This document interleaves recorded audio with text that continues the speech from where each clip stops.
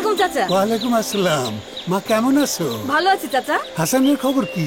Dubai থেকে কবে ফিরবি? তথ্য সেবা কেন্দ্রে যাই, কিছুক্ষণ পর উনি ভিডিও কল করবে। তোমরা ডিজিটাল বাংলাদেশের মানুষ, দেখতে ভালোই লাগে। যাই চাচা। আয়শাবু বসো। ইমেইলে আরো 50টা নকশি কাঁথার অর্ডার আসছে। তাই? আরো সুখবর আছে, সরকারের জয়িত অন্বেষণ প্রকল্পে তোমার নাম এবার 1 নম্বরে দিছি। তোমাকে যে কি বলবো, তোমার ভিডিও কল চালু করে দিয়ে আসি। আচ্ছা। আপা, আপনার মেয়ের জন্ম নিবন্ধনের কাগজ। এত তাড়াতাড়ি? আয়শাবু রেডি?